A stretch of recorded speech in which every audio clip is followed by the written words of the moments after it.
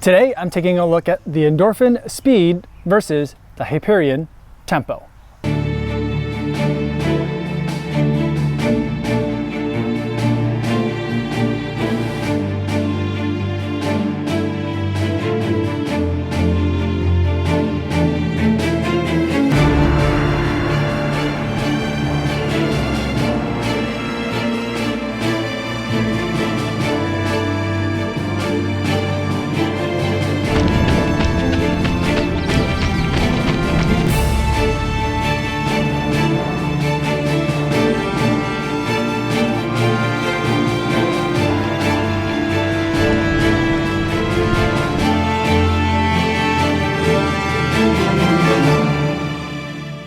10.15 miles, 7 minutes, 42 seconds per mile, 153 beats per minute, going for a moderate effort run in the Hyperion Tempo. So that way I can compare it to the Endorphin Speed, which earlier this week I went on the exact same run, 10.14 miles on that day, 7 minutes, 37 seconds per mile, and 152 beats per minute. So I can compare these shoes head to head. But before I get into my thoughts on those two shoes, I do want to go over some disclosures.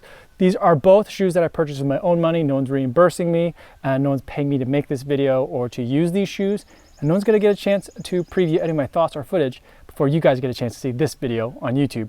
Now the disclosures out of the way, let's take a look at these two fantastic shoes. Now the Hyperion Tempo and the Endorphin Speed are definitely two of my favorite shoes so far for the year. And I'm really excited to put these two shoes head to head, because sometimes when I look at these two shoes, they seem like the exact same shoe. Other times they seem so incredibly different, but at the end of the day, they're both really fun to run. Now with the Endorphin Speed, we got 8mm heel drop, but a bunch of stack height with this Power Run PB foam, 27.5mm of stack height. That's the amount of foam that you're standing on in the forefoot.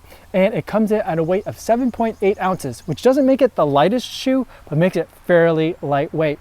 The other thing that it has going for it is a nylon plate throughout the shoe, which gives it an extra level of springiness. And the idea with that plate is as your foot hits the ground, your foot is loading that nylon plate, and as it wants to straighten itself out, as you're lifting up your foot, it gives you a little bit of extra bounce as you pick up your foot and push off to the next stride.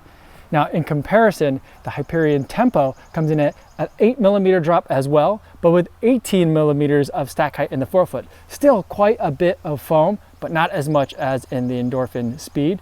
And it comes in at a featherweight 7.3 ounces, making it feel extremely lightweight. And that's because of this DNA Flash midsole foam material that Hyperion has released for this year for the first time. It's just an amazing foam. It uses a nitrogen in the foam extrusion process. Not sure if that's the exact right word, but it's a nitro foam is what I've been calling it, and it is just fantastic to run on. So how do I compare these two shoes together? What I did for today was I went for a 10-mile run with a mile warm up and a mile cool down, and in the middle, 8 moderate miles. I'm training for about a 50K run coming up, and so I wanted to run at that kind of 50K pace, which was, I'm thinking is going to be around 150 to 155 beats per minute, maybe up to 160 beats per minute for me. So that's what I did for today. So not quite as fast as my marathon pace, but still much faster than kind of just a regular easy day, everyday kind of pace.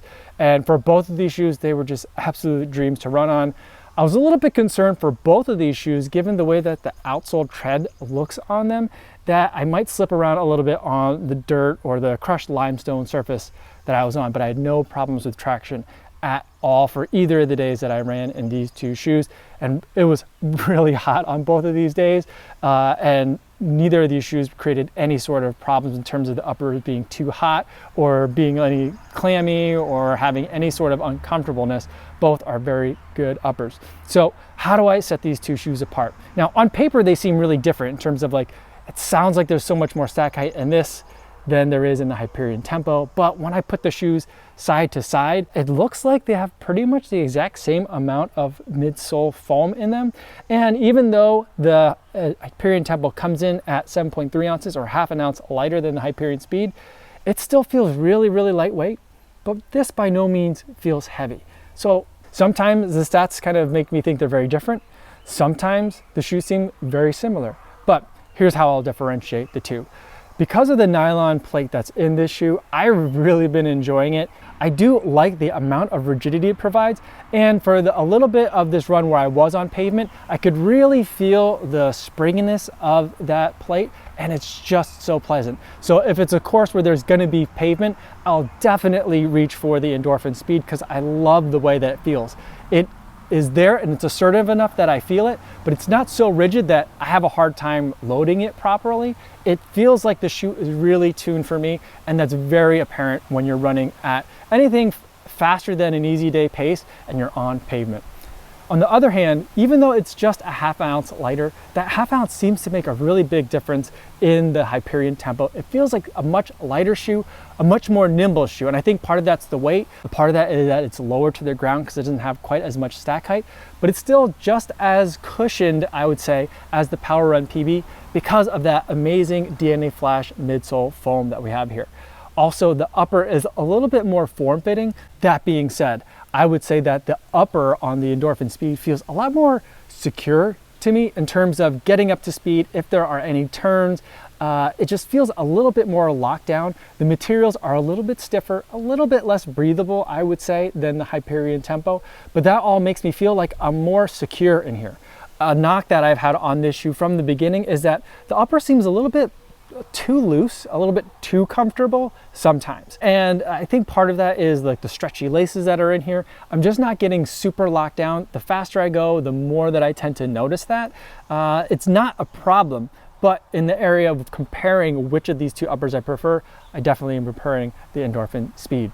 Now, the other thing is that I mentioned that it might be a little too comfortable, but there are times when you certainly want that comfort. And so on a day where you're not necessarily racing, but want to go quicker, the comfort definitely comes in handy. It's not every day that you want to feel like you're strapping into your race shoe. So a day where you can run fast in a shoe with a fantastic midsole foam and an upper that is comfortable can sometimes be a plus. So the points go back and forth between each of these two shoes.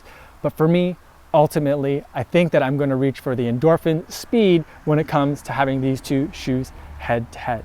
But if you are inclined to get both of these shoes, and they're both really fun, fantastic shoes to run in, the way that I would use them is that I would use the Hyperion Tempo for your training and the Endorphin Speed for your racing. Either way, you're not going to go wrong with either of these two shoes, or if you buy both, you're gonna have a lot of fun in each of them. The one thing that I will say about the Endorphin Speed is that this material, this Power Run PB, it's a lot like Boost in the sense that I don't think that it can be colored. It can be painted, but I don't think that it can be dyed a different color, not like React or other kinds of EVA midsole foams. And so one of the things I'm already starting to see is that, and maybe it's because I'm spending a lot more time on dirt roads and crushed gravel surfaces, is that some of this paint is starting to flake off a little bit. So that's something I'll keep an eye on. It's merely cosmetic. It doesn't really mean anything at all. If anything, I take them as battle scars, proof that I've been using and abusing the shoe and putting it to good work. But I'll keep an eye on that, let you guys know how that progresses over time. So those are my thoughts on the Hyperion Tempo and the Endorphin Speed. I'm sure that you guys either will have questions or will disagree with me wholeheartedly. In either event, I'd love to hear about it in the comments down below. That's all I have for today's video. Thanks for making it all the way to the end. Hopefully you guys are staying safe out there on your runs, and I will see you in the next one. Yo, what's going on?